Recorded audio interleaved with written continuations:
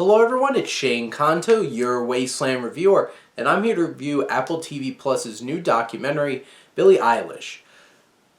The World's a Little Blurry, and this is from director R.J. Cutler, who had recently directed that John Belushi film, that documentary that came out last year, which still haven't gotten a chance to see it, but really do. And I'm excited to see that, but I did get a chance to watch this new documentary, The World is a Little Blurry, and this focuses on the career and the life of Billie Eilish, who, to give a little perspective and to see where I connect into this, I didn't know who Billie Eilish was until I was watching the trailers for the that film that came out focusing on the Fox News Roger Ailes story and Bombshell.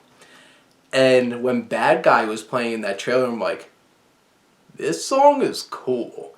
I really like this song a lot. And my girlfriend, Jess, is just like, that's Billie Eilish. I'm like, I don't know who Billie Eilish is. And then I find out that Billie Eilish is like a 17, 18-year-old who's just like killing it and just blowing up and really influential. And then, like, I know now that she has No Time to Die theme for the new Bond film, and I've looked more into her music, and I really like her music. So I was interested to see this, and I know, like, she's been at the center of a lot of controversy because, like, nothing that she specifically did, but because people are crazy on social media and, like, oh my god, she took off her, like, really baggy shirt, and she wasn't wearing what people were expecting her to wear, and they started body shaming her and stuff like that. This girl's like 18 years old. Leave her the hell alone. But besides that point, this film, The World's a Little Blurry, focuses on, you get to peer into her life. And she lives a very eccentric and interesting life with her and her brother Phineas and her two parents who are artists themselves. Because, like, her name is like Billie Pirate something or other Eilish O'Connell, and it's just like, yeah, artistic people would name their child that. And you get some perspectives from her mother and her father in this film and their outlook on life, and her mom gets emotional at times talking about how she needs to be there to protect her daughter and be there for her daughter.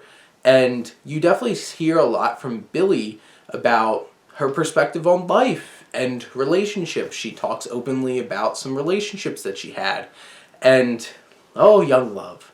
And she's like, I really love this. I really loved him, but, like, we really didn't want the same thing. And it wasn't good for either of us. And, like, you get to hear her talk about, like, these relationships and stuff like that. And she's so young. Now I'm sitting here, like, I'm almost 30 feeling old. And I'm just like, I remember those days in, like, college and having young love. And now it's just, you know, I'm in a mature relationship, and it's just like, yeah, I don't miss a lot of that crap. But it's interesting hearing from this young woman who also has a lot of fame and a lot of influence on people. And it's hard because there's scenes in this film where you see her try to shut away all these people that just keep bombarding her, but then people react on social media. She's rude, she was disrespectful at this event, and, like, Billie's, like, breaking down, like, I can't just have one night where I don't want to do something like this and just have all these people just have to come up to me and want my autograph and need to see me.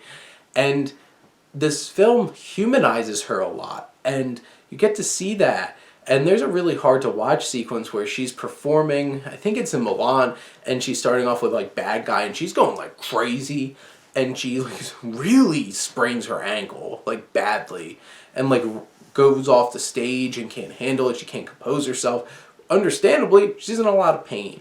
And it shows this film where she has gone through a lot of physical pain. She used to be a dancer, and she's had some injuries, and she never lets herself heal. She's staying up late recording music and going out there and out there and out there and out there and out there and out there.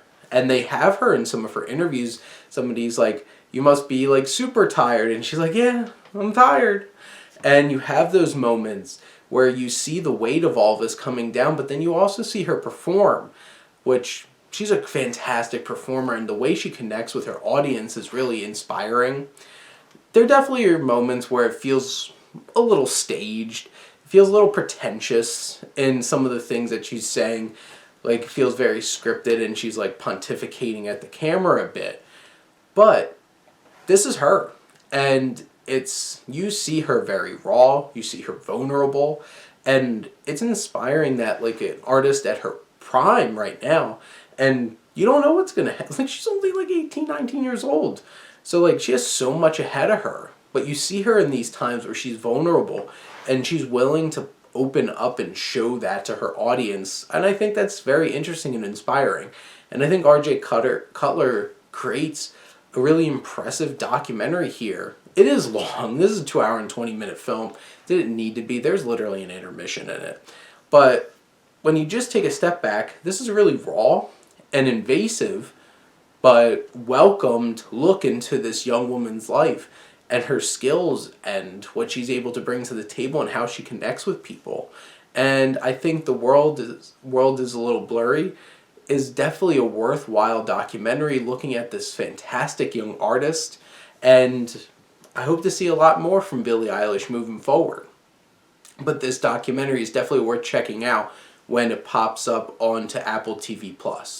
But those are my thoughts on Billie Eilish, The World's a Little Blurry. Let me know what you think, and let's talk some movies. But thank you as always for tuning in and supporting your Wasteland reviewer.